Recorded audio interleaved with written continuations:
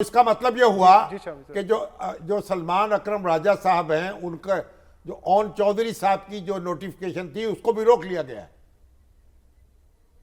جی واپس لے لیا تھا الیکشن کمیشن نے واپس لے لیا.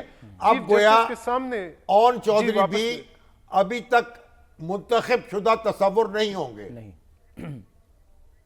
جی بالکل الیکشن کمیشن میں یہ معاملہ جو ہے یہ ٹھیک ہو گیا. زیر التوا ہے. اچھا سر ایک ایشو اور ہے, ایک ایشو اور کب تک اب آپ یہ جو پنجاب میں جو ٹریبونلز ہیں وہ کب تک کام شروع کر دیں گے؟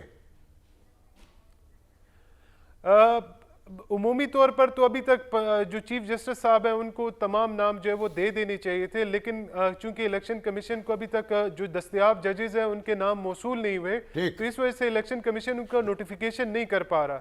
تو توقع یہ کی جا رہی ہے کہ اگلے 1 سے 2 دنوں میں ان کو وہ نام موصول ہو جائیں گے, اس کے بعد ٹریبیونل تشکیل پا جائیں گے. اب جناب چیف جسٹس بھی توجہ فرمائیں, یہاں تو کام بڑی تیز رفتاری سے کرنے کی ضرورت ہے نا. سر ایک ایشو ہے, وہ یہ ہے کہ گیزٹ نوٹیفیکیشن کے 3 دن ملتے ہیں نا آزاد امیدواروں کو شامل ہونے کے, لیکن وقار سید صاحب سے جب میری بات ہوئی تھی وہ یہ کہہ رہے تھے کہ جی یہ جو نوٹیفیکیشنز ہو رہے ہیں نا یہ ٹائم لیپس ہو رہا ہے 3 دن کا, یہ تو کہیں مشکل نہ کریٹ کر دے. نوٹیفیکیشن ہو چکا جی اس کے 3 دن جو ہیں وہ تو ختم ہو جائیں گے نا, اس سے کاؤنٹ ہوں گے نا.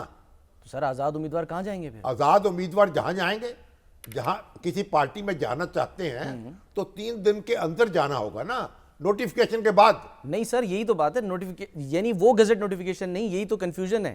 یہ وقار صاحب چلیے وہ تو چلے گئے. جی جی گزٹ نوٹیفیکیشن کے 3 دن یا پھر جو نوٹیفیکیشن آلریڈی ہو گئے ہیں الیکشن کمیشن کے اس سے 3 دن ہو چکے بہت سارے حلقوں میں, ہم یہ کہہ سکتے ہیں لیپس ہو گیا. دیکھیں اس پہ ہم نے الیکشن کمیشن سے خود بھی پوچھا اور ان کا موقف جو تھا وہ بڑا کلیئر تھا. اگر آپ الیکشن کمیشن جو نوٹیفیکیشن جاری کر رہے ہیں اگر آپ اس کو توجہ سے اس کو پڑھیں تو اس میں ایک چیز بڑی واضح ہے. ایک تو یہ ہے کہ جیسے میاں اظہر صاحب کی بات کریں جو ایم این اے منتخب ہوئے ہیں, حماد اظہر صاحب کے والد صاحب ہیں, ان کا نوٹیفیکیشن جو ہے بیک ڈیٹڈ تھا, یعنی ان کو بعد میں موصول ہوا. اس کا نقصان اس میں نیچے جو آئین کا آرٹیکل 51 ہے جس کی کلاز ہے جس میں ایک آزاد امیدوار کے پاس ایک آئینی حق ہوتا ہے کہ وہ 3 دن میں کسی بھی سیاسی جماعت پہ شمولیت اختیار کریں, وہ اسی کے ساتھ نیچے جو پرنٹنگ کارپوریشن آف پاکستان کو بھیجا جاتا ہے تو اس میں انہوں نے ایک نوٹ لکھا ہے کہ اس کو آج ہی جو ہے وہ اس کو گزٹ اس کا نوٹیفیکیشن جو ہے وہ جاری کریں.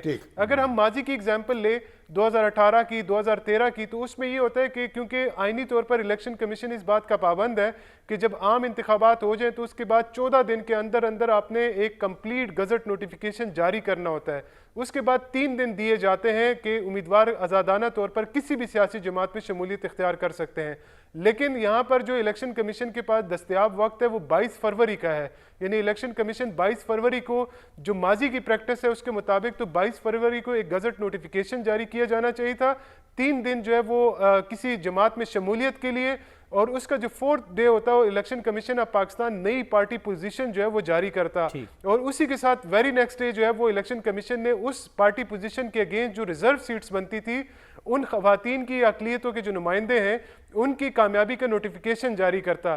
لیکن یہاں پر اس بار الیکشن کمیشن یعنی قانونی طور پر تو اس کے پاس یہ اختیار ہے کہ وہ ایک ساتھ نوٹیفیکیشن جاری کرے یا اس کو الگ الگ, لیکن جو الیکشن کمیشن ہے کیونکہ یہاں پر اس دفعہ کیس تھوڑا سا ڈیفرنٹ ہے, جو ہمارے ذرائع ہیں جو معلومات ہیں اس کے مطابق پاکستان تحریک انصاف کے تقریباً کوئی 54 اراکینی قومی اسمبلی ایسے ہیں جن کے گزٹ نوٹیفیکیشن ہو گئے ہیں, تاہم ان کی جانب سے ابھی تک کسی پارٹی میں شمولیت اختیار نہیں کی گئی. اسی طرح یہ سوال جو ہے ہم نے لطیف کھوسا صاحب سے بھی پوچھا تھا ذرا کلیئرٹی کے لیے, تو ان کی جانب سے کہا گیا کہ ایک ماسٹر کاپی جو گزٹ نوٹیفیکیشن ہوگا جب وہ جاری ہوگا اس کو کنسیڈر کیا جائے گا. تاہم جو الیکشن کمیشن کے جو ہمارے سورسز ہیں بہت بہت شکریہ. یہ تو اب 2 ہچکیوں میں ہو گیا, بیمار غم تمام, دل دیکھتے رہے وہ جگر دیکھتے رہے.